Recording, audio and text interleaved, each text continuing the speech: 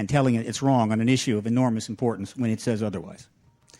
One of the people that's influenced me the most since I entered the field in '96 is our speaker. Because of his intensity, because of his intelligence, because of his indomitable will, his absolute perseverance, this is what you have to be a change agent. I only aspire to this level.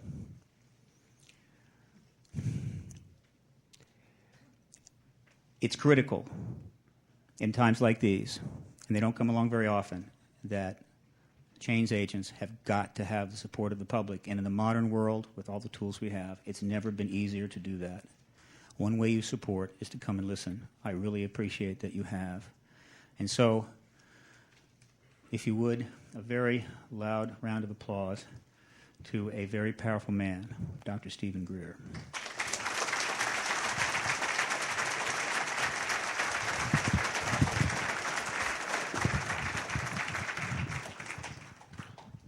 Do these come loose? I'm going to walk around. All right. I can hold two at once. Thank you very much, Steve Bassett, and a round of applause for him for the enormous work. I know what it goes into.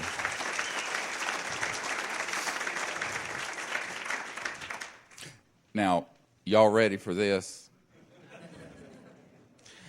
I was at the Pentagon a couple years ago talking to an admiral over there about this who had been shut out of information that he thought he should have access to, and he should have. And he says, well, I just want the truth. And I went into my Jack Nicholson mode. You remember A Few Good Men when he turns to that really pissy lawyer, Tom Cruise, and says, you can't handle the truth. And love that. This issue is very complex. We only have a few minutes here. But in a nutshell, we have enough evidence way beyond what they had for Monica Gate to open up a serious inquiry into a subject which has been the butt of many jokes and ridicule for over 50 years. Many of the military witnesses that have come forward in the Disclosure Project are people who said they never wanted to come forward because of the fear of ridicule from the media and from the powers that be, aside from the fact that some of them have been threatened with being erased. Now, if you get the Disclosure book and tapes that we have out here, and by the way, we had a benefactor give us a huge donation so that we could basically give those out at cost, so they're very inexpensive. It's a 600-page book. It has the transcripts of 69 of these military and intelligence and corporate witnesses. If you don't have it, get one, get a case, and put it in your library and get the word out. We have the smoking guns. We have the documents. We have the first-hand corroborating testimony. There is physical evidence. It's all there. The problem is, and I had this conversation with a number of people in the Congress, the reason this thing is still secret isn't because it's silly. It's because it's so profound. The implications of the fact that, number one, that these UFOs are real, which anyone with an IQ over mud can figure out. But number two, that, in fact, we not only have been in possession of materiel associated with these craft, but have figured out how they operate. If you go all the way back to the 1950s, early 50s, and look at the Walter, the memo from Canada, I don't know if you remember this, it's in the book, and it clearly states in this top secret memo that I understand got inadvertently declassified by the Canadian government, we have, at that time, in 1950, 51, 52, before we detonated the first hydrogen bomb, a project that was studying the, quote, modus operandi, the means of operating these so-called UFOs. And the project was so classified, Dr. Vannevar Bush and a team of his people were working on it, that it was restricted more than the development of the hydrogen bomb. And I'm quoting, paraphrasing from this document. This is an official document, undisputed. It's not one that has any question about its authenticity. Think about what that means. What it means is that since Eisenhower, there has not been an intact chain of command over this subject. And let me tell you how dangerous that is. You've got a kleptocracy. This is my ungenerous term for the folks controlling the secrecy on this issue. You have a kleptocracy that has arrogated to itself the right to not only know this information, but to withhold the technologies from the public, which, if they could be put into application for peaceful uses, would enable us to say adios to Saudi Arabian oil. It would enable us to completely end global warming, begin a new era in environmental sustainability, and would eliminate poverty within our lifetime, within 20 years. Totally eliminate poverty. I have used the term recently in a position paper. It's up on our website, disclosureproject.org, where I used the term planeticide, that things have gotten so bad that we're at the point now where, with malice aforethought and utter greed and stupidity, information and technologies are being withheld from the public that are necessitating our cannibalization of Gaia, of Mother Earth. And this cannot continue. This has to end. So the Disclosure Project and a company that I put together called Space Energy Access Systems is working to get, in the former, the information out to the public, and in the latter, to try to identify and bring out the technologies through a clean, non-black operation to the public. It isn't easy. Because we're doing this with $3.85, or thereabouts, and it's an enormous thing that we're taking on. Back in 1993, after I had started an organization called the Center for the Study of Extraterrestrial Intelligence, we had successfully sent rapid response teams to Belgium, to Mexico, throughout the United States and other places, where we had made contact with these objects at fairly close range. The results of that were that the head of Army Intelligence and a few other spooks called me in and said, "What the hell are you doing?" I said, "Well, don't you think it's time that the people take this matter into their own hands since you've messed it up so badly?" And he looked at me. He says, "Who the hell are you?" I said, "Well," he says, "you have no right to be doing this." I said, "Of course I do. I'm a denizen of Earth. And besides, my mother's family were some of the original founders of the United States. And moreover, when she used to brag about that, my dad would say, well, hell, we were waiting for the damn Mayflower to get here because he's half Cherokee Indian." So he's passed on. God bless him. But the fact is, we do have a right to know this information, and we have a need to. And when I've been asked by all kinds of powerful people, why is this really being kept secret? I said, well, there's a whole constellation of issues. But it really has to do about power and how the world runs. It's power. Now, people think it's money. Money, look, I need money because I have 4 daughters and I got to put them through college and this sort of thing. That's money. Power is something else. All right, when you start talking about a multi-trillion-dollar segment of the world's economy that is a centralized oil and electric grid and fossil fuels, and that is the engine that runs the entire economy. And this information about these things you see pictures of flying around the sky, if the information that we know is extant is released to the public, it will very quickly find its way into technological applications, which will also mean goodbye ExxonMobil, goodbye public utilities. We won't need them. Now you applaud. But how many of you have 401ks invested in some of these companies? My point is, you're dealing with something that would totally change the way the world runs.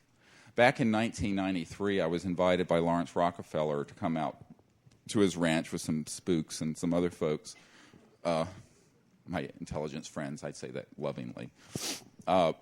And, I'm a country doctor in North Carolina at the time, rattling around in an ER, taking care of gunshots and shootings and heart attacks and all the fun stuff. And I get involved in this stuff, partially out of the fact that my uncle designed the lunar module, the thing that landed on the moon, took Neil Armstrong there. He was a senior project engineer at Grumman who designed that. And I thought, well, here we go. So I'm going to go out here and I'll meet with these guys and see, what's going on. And one night, Lawrence takes me out, and, of course, they have the original of everything. So the original Remington that has the Native American with the headdress with his arms outstretched to the sky, it's beautiful, was there on this deck. And we went out there by ourselves. He says, well, Dr. Greer, you know that no aspect of life on Earth will be unaltered once this comes out. So profound are the implications. I said, I know, Lawrence. That's why it's so damn secret, and also so illegally secret. It couldn't be legal with the president and the Congress and the right people knowing about it and keep it secret. It has to be an unacknowledged special access project. Memorize it, USAP. That's what they're really called, if you ever hear it. And they are unacknowledged. They're not acknowledged to anyone unless you're in the project. And I told Mr. Rockefeller, I said, yeah, but you know what? This has been going on for decades. And now the world is beginning to stew in its own juices environmentally. And we're going to, the chickens, and this is 93, long before 2001 and the 9/11 event. And I said the chickens will come home to roost if we maintain this status quo where the zero-sum game of fossil fuels necessitates the impoverishment of at least 80% of the world's population. You think I'm kidding? CNN today reported China being industrialized, moving into the oil and commodities markets. If you think gas is expensive now, wait 5 or 10 years. You'll be lucky if you can buy it for $10 a gallon. It is a serious problem, and the only way to maintain the zero-sum game that we have of energy supplies is to keep this subject secret, make you people think that this is all hooey and nonsense, because the shills that are in the media who are on the payroll, like this, believe me, I know who they are, of these secret operations, will make this sound like so much nonsense when in reality they know it's true. In 2001, as you know, prior to the 9/11 event, we had a large press conference in Washington. That's available for free. Anyone who wants to see it, download it, take it, put it on your cable access station. We had 20 or 22 military and intelligence witnesses there, National Press Club ballroom, packed with every network in the world.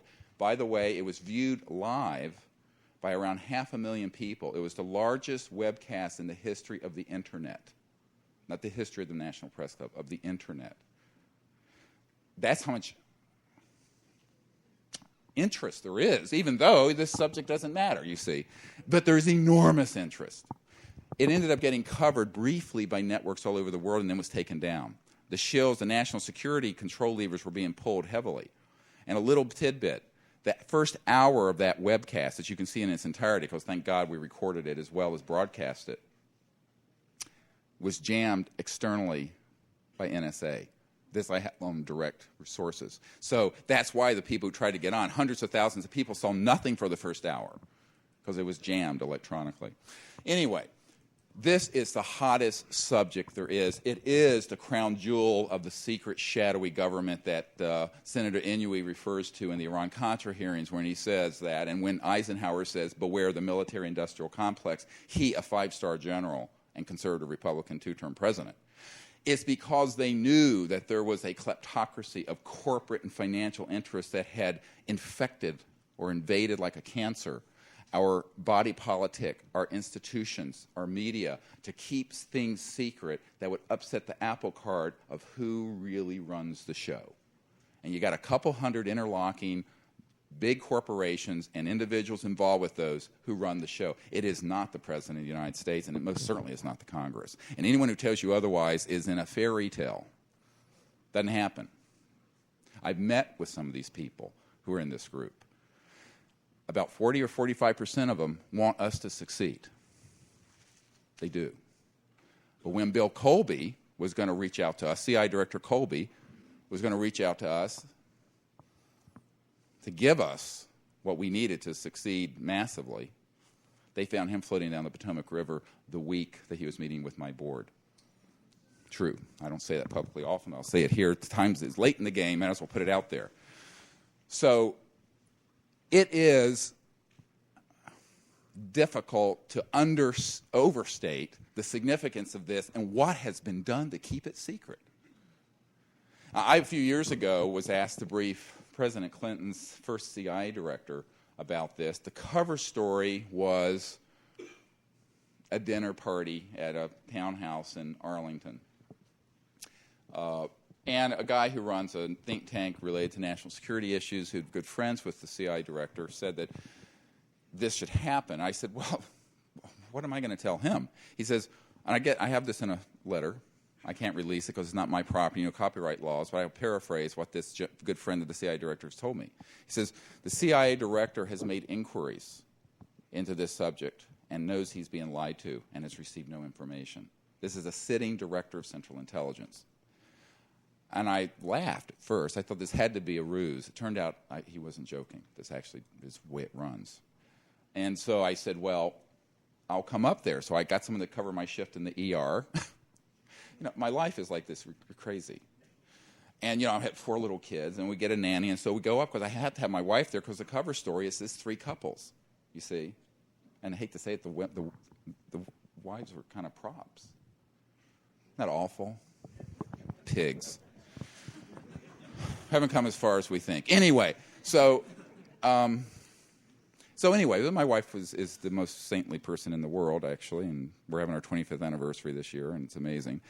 And she's stuck with me through all this, and she's the only one on earth who knows what I've gone through.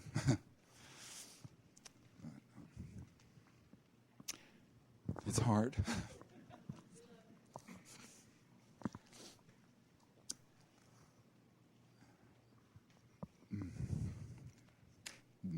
This meeting was hard because I was asked to put together the information for a CI director. I mean, it's like, what? I called this guy up. I said, you've got to be, can I say it? I said, you've got to be fucking kidding. I said, I'm a country doctor in North Carolina taking care of people in an ER. I said, you're asking me to come in with a satchel full of the evidence that we've collected? He says, yes, he's got to have it. And I said, well, what the hell is he going to do with it? He says, well, that's what we're going to talk about. Well, they ended up doing nothing. Because in this meeting, which lasted 3 hours, there's a lot of disinformation about that meeting. But the truth is, it went on for almost 3 hours. He was shaken to his core. He was extremely upset and angry. But I think what was the prevailing sense was that here you had the President of the United States, his inner circle, a sitting CIA director, and some other folks that I'd gotten access to through just networking. And they were all being shut out of the truth, and they knew it. And what I discovered is that your rank has nothing to do with whether or not you're going to know about this. You think that because you got 4 stars on your lapel that you're going to automatically know about this. Not true. Because I've met with people who are at that level. I've briefed the head of intelligence for the Joint Chiefs of Staff, J2. I've briefed the head of the Defense Intelligence Agency extensively, 2 of them. And they will attempt to make inquiries into the chain of command. One of them, who I won't name here, went over to his shelf, the big corner office that DIA head has at the Pentagon. And I had my military advisor and escort with me and a couple other folks. And he went over to his shelf and he took off a little E.T. doll, like you'd get at, a 5 and dime store. He says, this is all I've gotten for my inquiry into the subject. True story. I went, Mother of God, you got to be kidding. It's the head of the DIA. And what was interesting, because I said, well, sir, there are certainly people on your staff who know about this. But they don't want you to know. He says, well, I can't believe that. I said, I'm sure there are people on your senior staff. And there was a colonel sitting at the table, and his body language stiffened. And my military advisor, who's a former naval commander and very connected up in various circles, particularly unacknowledged circles, and I shared notes afterwards and said, that man is on the inside, and he's lying to the general. Look, it's the craziest game. What's up is down and what's left is right. It's through the looking glass we go. And that is where I've been for, 14 years now. If I'm a little burned out, you'll understand why. Now, crispy critters. It's a terrible medical term for third-degree burns. But we are wild. The ER docs are just wild, wild, wild. What can I tell you? You have to be to do it. The fact is, a lot of the people who you would think should know don't, and it's because they're protecting them. Now you're saying, what? What? What do you mean? You don't think they've whacked people knowing 1% of what I know? They have. And I'll tell you why. I'm a nobody, so it's okay that I know. Say I'm of no consequence. I'm really nobody. So if you're nobody, you can do these things. But if you're the President of the United States, like Jack Kennedy or Eisenhower, and you find out about this and you don't stick to the party line, there are consequences.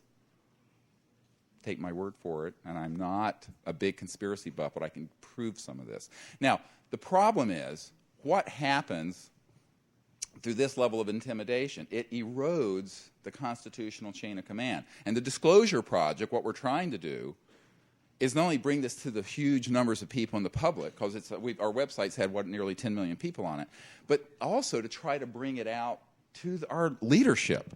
You know, there's this myth that they think, well, you're on the Senate Intelligence Committee, you're your president, you're in the chain of command, and you're elected or you're appointed and what have you, and therefore, a priori, you're going to know. Because for them not to know would, of course, not only not redound to the success of democracy, it would erode operational chain of command control of critical issues. And it does. There have been some terrible things happen because certain people didn't know what was going on. It's very dangerous. But in truth, because they want to keep this secret until the appointed time when they deem it proper to pull it out, which will probably be about the time both polar caps melt and we flip upside down, or some such foolishness. Believe me, that time is closer than you might think. And the fact is, we have some folks who just cannot let this out because it would completely upset the apple cart of the geopolitical power structure. And believe me, we still live on a plantation, and there are a handful of masters and a bunch of slaves. Or as Tom Bearden said, they be the wolf and you be the rabbit. Love him. Now, changing that is a Promethean task. It hasn't been easy, and it still isn't easy. I was talking to Paula Harris earlier. I said, we need to write something called The Struggle. You know, it's been mind-blowing. It's been interesting. The only reason I'm still in this effort at all is that I'm certain of what the truth is, and I'm certain of the implications of it being tremendous. We have the ability to transform this planet from the current state of massive poverty, environmental decay, non-sustainability into a rose garden. We can do it. We can do it in our lifetime. We're going to have to pull together to do it. And we're going to have to say no, quite frankly, to those people. I don't know if these guys just weren't breastfed long enough or what, but who just cannot, you know, they're so greedy and they're so absolutely addicted to this level of power that it becomes almost a cult of power. When you get into how these guys think and how they view this stuff. Now, the cogs in that big machine, and there are a lot of cogs, lower level folks, don't really know what's going on, and so they just go along with the game. You know, there are a lot of mid-level apparatchiks, you know, sort of functionaries. But the truth is, we have the ability in our time right now to change that status quo, but it's going to take all of us doing a lot more than we've been doing. We're going to really have to put our shoulder to the wheel and pull together and do it. Now, my view of this is over the years have evolved. After I met with Lord Hill Norton in Great Britain, who can you hold this for a minute? Are you hot? Maybe I'm having a hot flash. Male menopause. But cooking up here.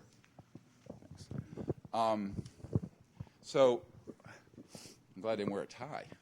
I'm going to take this off. We'll have a strip show here soon. That's my night job. But I am a bodybuilder, bench 380, arm curl 160. It's fun. That way people sometimes will leave you alone. Not always. Doesn't always work. What was I talking about? Before I had my hot flash? Lord Hill Norton is a wonderful man who knows this stuff is real now, but when he was head of the Ministry of Defense, he didn't know anything. And, of course, MOD head in England, as you know, is this also like DCI. They're also head of all the intelligence directors, MI5, MI6, MI99, whatever it is.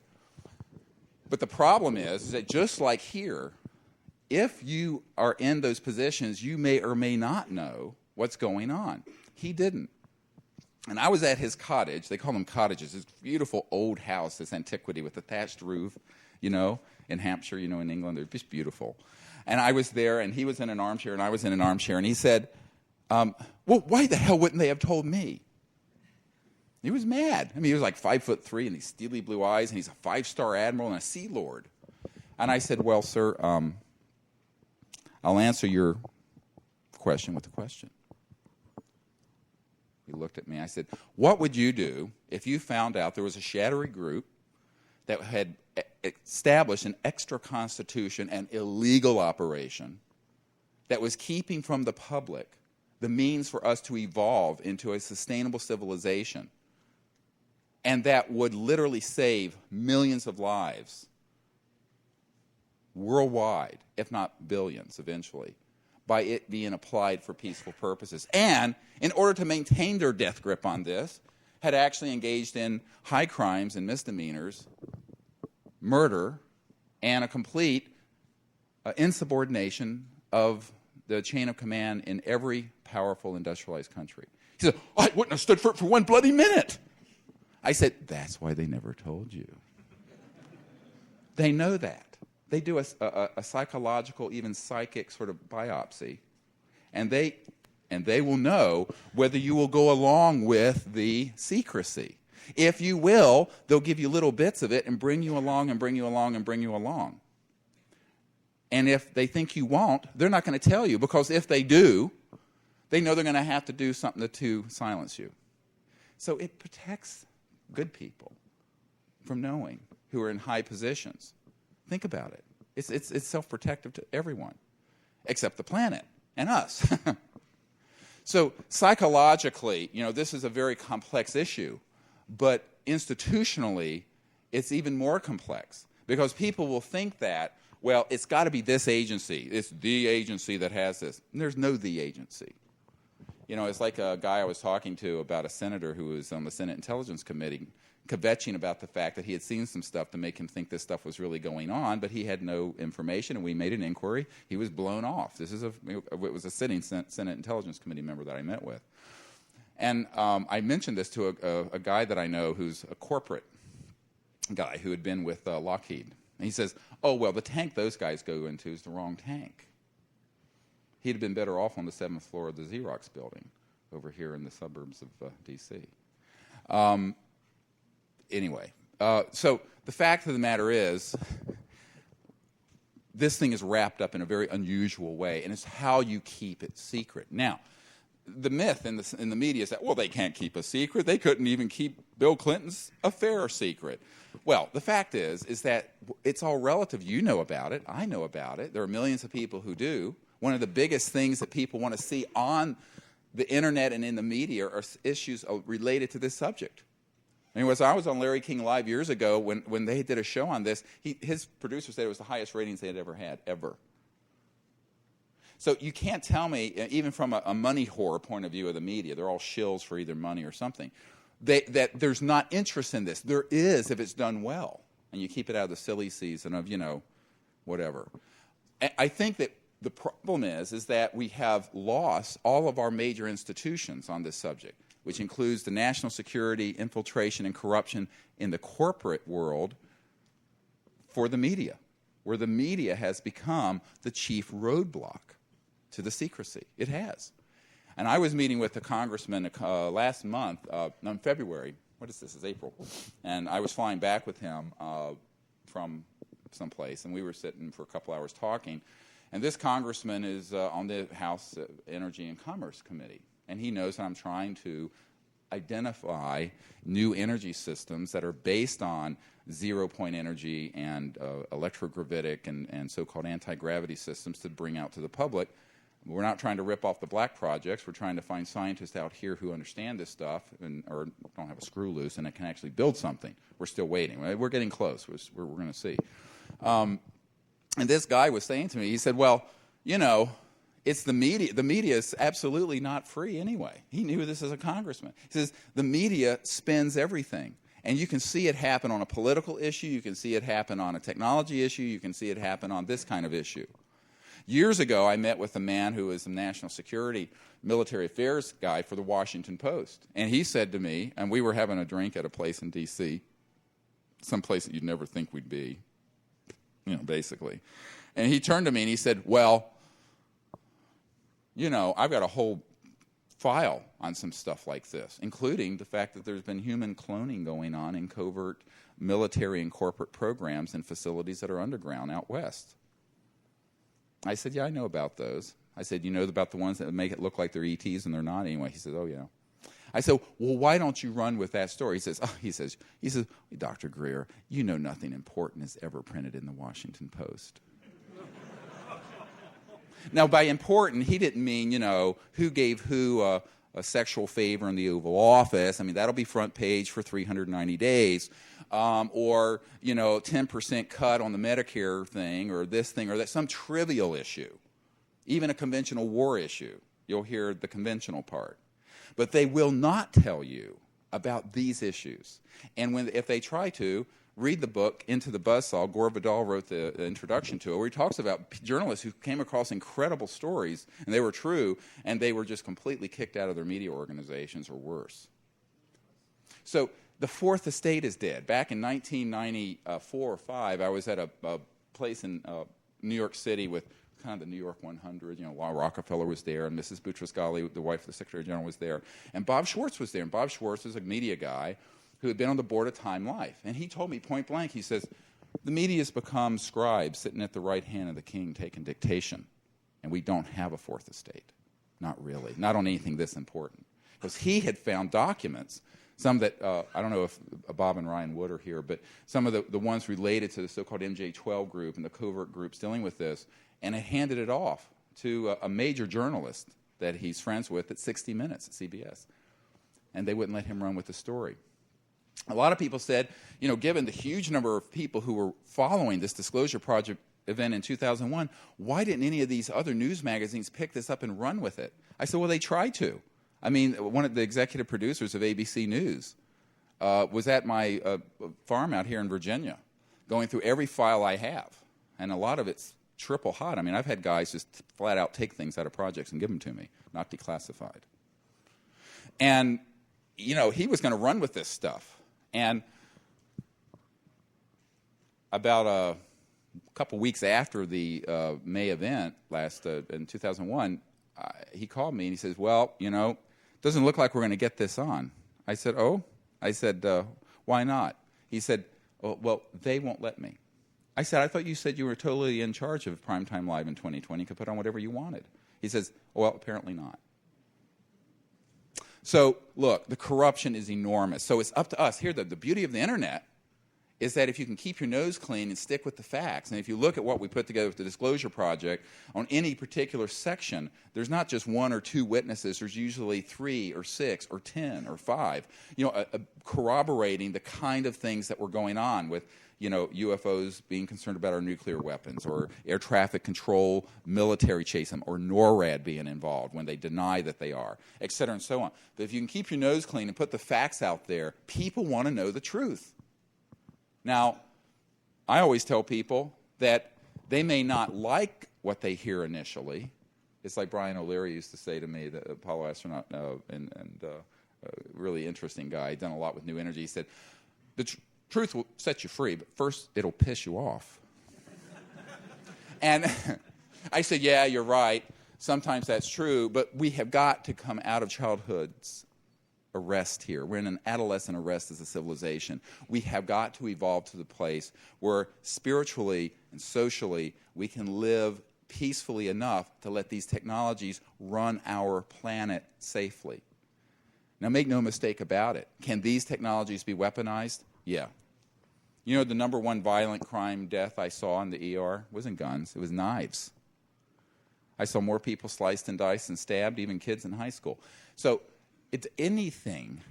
I can turn this into a weapon. You can weaponize anything. And this begs a larger question. Are we ready as a civilization to say no to the weaponization of all these technologies, which, by the way, has already happened, and put together an international resolve to live together peacefully so that the planet can move forward without killing it? Right now, we're in this death grip. It's sort of a catch-22. The technologies are being kept back for both greedy reasons and some legitimate ones related to weaponization. And the Earth is spinning out of control more and more into terrorism and anarchy and chaos and environmental collapse because the technologies are still secret. And it builds more and more poverty and war, more and more injustice. And if there's injustice and disparity, there will be violence eventually. And we're going to see more of it. So how do you break this? Well, you're going to have to get some wise people together. And several good friends of the Dalai Lama are on my advisory group. And we'd had very open discussions about what's going to be needed spiritually, institutionally, and otherwise to put together to bring these things out safely and create a world that we can leave to our children and our grandchildren that will actually be here and intact. We can do it, and we're, by the way, at V1. You know V1, you're going down the run. How many pilots are there here? You know, V1 is when you got to either shut it down or take off, because if you go much further, you're going to hit the end of the runway, before you can stop the jet. So our civilization's at V1. We got to rotate up, out. And if we don't, it will crash. The system will crash. We're straining the biosphere. We're straining the political structure. The asymmetric threat of terrorism will only get worse the longer we have to stay over in that part of the world trying to keep this line of supertankers supplying us with oil forever. All of that is going to have to change, and it should have changed back in the 50s. By the way, a lot of extraterrestrial activity that happened back then was, and people I've talked to, even very credible scientists and military people who knew about this, said they were trying to tell us to change course. They were trying to tell us, and we wouldn't do it. The Day the Earth Stood Still is actually a docudrama. It really is. I mean, it's cheesy. It's a 1951 or 2 or whatever. But go see it. It's a fantastic. And Close Encounters of the Third Kind was a docudrama. All the cases portrayed in there were essentially correct. So we have this opportunity as a people. And the question is, will we seize the day? Will we take this opportunity or let it slip? It isn't going to be done by anyone. I can't do it by myself. Don't think that George W. Bush is going to take on this by himself, or Cheney, or Clinton, or any of these figures. They're not. The masses are going to have to insist, and they're going to have to keep this thing on the radar scope. We had tens of thousands of letters go to Congress demanding that there be an open hearing on this and that the technologies be explored seriously back between June and September 9/11 of 2001. Of course, when 9/11 happened, this thing was building so much momentum that there was seriously being asked about and talked about. Even members of Congress in public talks were referring to the Disclosure Project, because we put together all this stuff and delivered it to them. 9/11 sort of knocked a lot of things aside. But for whatever reason, I mean, you can build a conspiracy into that if you want. The fact is that it sort of put everything on a different burner and got shifted around. But the fact is, 9/11 and all this sort of terrorist stuff is going.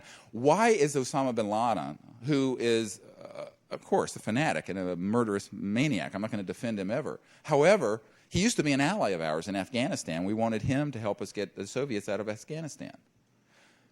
He became an implacable enemy after we went over in the first Gulf War and then camped out in these Islamic countries for another decade. And why are we there? Well, we're maintaining the peace. Well, nonsense. I mean, we're not in Central Africa. We weren't in Rwanda. We're not in Colombia in any significant way, South America. It's oil. 3 letters, O-I-L. Because without an uninterrupted supply of cheap oil, including the Iraqi oil fields, which is the second largest in the world, we're really in a big problem, particularly with China industrializing at 10, 12% a year growth of their economy. So we are having to do this. I mean, a friend of the Bush family told me in February of last year, very directly, he says, well, this really has to be about oil, because the second largest oil field in the world cannot be tied up in the hands of this megalomaniacal, crazy dictator with sanctions, keeping it from being developed, when we need to get that oil to drive the economy and the engine of the world, including China and India and all these huge billion-plus populations that are wanting to live with lights and some air conditioning and whatever. And, you know, he said point blank, this has got, you know, it's just a reality. It's sad it's gone on this long. I said, yeah, but, you know, can't you see we're just digging ourselves deeper and deeper and deeper into this grave and throwing this dirt back on top of ourselves? He says, yeah, well, that's true, but you have to understand, these are not people who think long term. And I think a lot of them have just made the decision that we're going to stay on this course until the whole thing collapses. So it is madness. It's worse than mutual assured destruction during the ICBM face-off with the Soviet Union. Because what we're doing now is that we're doing something that is going to endanger every nation on the planet, and every people, because we are totally destroying the biosphere. And if you think that the problem with the environment and the air quality and the water and the death of the oceans is a problem now, visualize 1 billion 200 million Chinese and a billion plus Indians in India, the subcontinent of India, beginning to try to live like we are. It can't happen.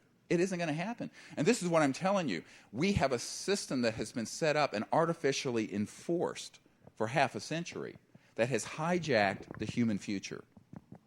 We need to take it back. We need, as a people, to say, this has gone on long enough, and we are going to come together, bring out the information, but also try to collectively identify the technologies and then move those out. Now, on that front, as some of you have followed what we're doing with SEAS, S-E-A-S, you can go to a website, seaspower.com, seaspower.com, and it's the corporate, it's sort of under construction, but it shows you what we're doing, trying to identify people who understand these technologies. And there are a number of people who do, but they're very, very frightened. One of the people we're working with offshore recently has been seriously threatened and is in hiding right now. So the technologies that would enable someone to run their house by extracting energy out of the fabric of space-time, the so-called zero-point or quantum vacuum flux field of energy, all of you know what this is? Or familiar, maybe? Well, get on our website, you read about it. Essentially, I mean, and the conservative estimate is that every cubic centimeter of space has enough potential energy in it to run the Earth for a day. Now, I think Tesla and even all the way back to Faraday, stumbled into electromagnetic phenomena where they were getting excess energy out of the space around the machine. These devices have been ruthlessly gobbled up and kept secret. Now people say, what does this have to do with UFOs? I said, why do you think the UFOs are secret? If it was just about little gray or green or purple or chartreuse or whatever men, I don't think that'd be the issue now. Everyone accepts the fact there's the likelihood of intelligent life somewhere in the universe. I mean, even mainstream theologians at the Vatican I've met with, like Monsignor Balducci, say, I mean, come on. It would be a terrible thing if God invested all of his hopes for intelligent, conscious life on Earth. Paula was there, set that up, Paula Harris, and it was a wonderful interview. It's in the book, by the way, the disclosure book that's out there. But the truth is, those issues have some religious overtones and reasons, and there is secrecy around the sort of structure of religion. However, the big secrecy is dealing with power. It's always about power, always has been. And when you talk about something, a subject, that if it really opens up, will result in the entire world knowing that not only are we not alone in the universe, but that we already have in technology programs that are sequestered at facilities at Lockheed Skunk Works and Northrop and SAIC and E-Systems and EG&G. I can give you the whole list of the corporations up to their eyebrows in these technologies, MITRE. What you will find is that these technologies will completely change the way the world works. Because what happens when every village in Africa and India can have one of these energy generators without having to put in $1 trillion infrastructure of electric lines and power plants or pay for coal and oil to be shipped all the way around the world to run it? You will see a blossoming of the world economy and a blossoming of abundance on this planet like we have never seen in recorded history.